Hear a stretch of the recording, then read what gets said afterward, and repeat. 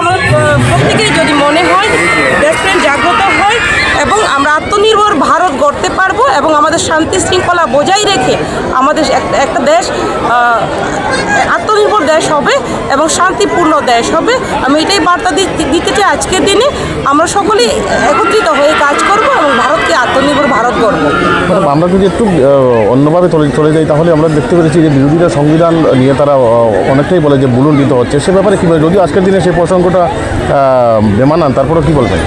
Actually বিরোধী যখন যারাই রয়েছেন তারা বিভিন্ন সময় বিভিন্ন কিছু বলে থাকেন।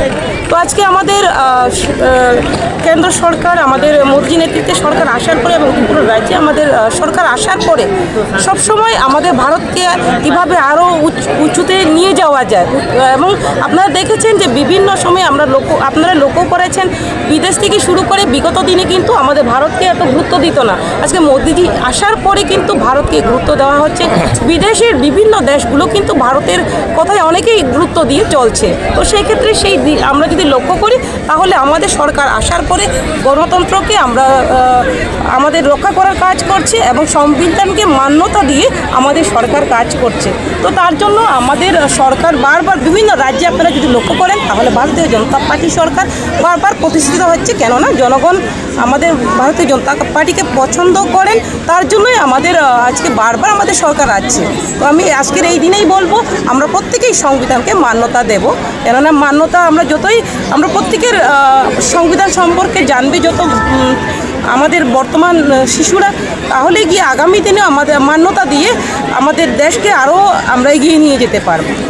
ম্যাডাম, আপনি যদি বিদেশ নিয়ে বললেন তাহলে যদি আমরা বলি তাহলে হাসিনা সরকারের পট পরিবর্তনের পর কিন্তু ভারতের প্রতি বাংলাদেশের একটা আগ্রাসনী মনোভাব রয়েছে, পাশাপাশি রয়েছে অবৈধ অনুপ্রবেশ, যেটা আপনাদের শরিক দলের তীব্রমাতার যিনি বিধায়ক রঞ্জিত বর্মা বলছেন যে বিজেপি সরকারের আমলে অধিক ত্রিপুরাতে অনুপ্রবেশ ঘটছে, অবৈধ অনুপ্রবেশ। সে ব্যাপারে কী বলবেন? সেই ব্যাপারে আমি বলবো আমরা এখনও যেগুলো তো আপনারা জানেন যে সিস্টেমেটিক আমাদের সরকার সবসময় কীভাবে অনুপ্রবেশ রক্ষা করা যায় সেই হিসাবেই কাজ করছে। আপনারা দেখেন ওয়েস্ট বেঙ্গল যেখানে সেখানে কিন্তু বিভিন্ন অনুপ্রবেশ হচ্ছে, কিন্তু আজকে যদি আমরা লক্ষ্য করি আমাদের কেন্দ্র সরকার এবং ত্রিপুরা সরকার সেই বিষয়ে কড়াভাবে নজরদারি করছে এবং কড়াভাবে সেই পদক্ষেপ নিচ্ছে। ম্যাডাম, দেখলাম গতকাল পশ্চিমবঙ্গে বিপ্লব দেবের একটি জনসভায়, অর্থাৎ আপনাদের বিজেপির জনসভায় তৃণমূলের তরফে আগুন লাগিয়ে দেওয়া হয়েছে, সে ব্যাপারে কী বলবেন?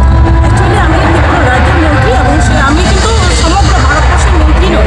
তো সেক্ষেত্রে সেই বিষয়ে আমি অবগত নই এবং আমি চাইব যে আমাদের ভারতবর্ষ শান্তিপূর্ণ থাকুক এবং যারাই সেই জায়গায় যদি কেউ খারাপ কিছু করে থাকে সেটা আইন মেনে সেটাকে সমাধান করা দরকার। ম্যাডাম, তিনি তো এই ত্রিপুরারই একজন সাংসদ, পাশাপাশি আপনার দলের একজন প্রাক্তন মুখ্যমন্ত্রী ছিলেন, তার প্রোগ্রামে এভাবে আগুন লাগানো হলো, কীভাবে দেখছেন ব্যাপারটা?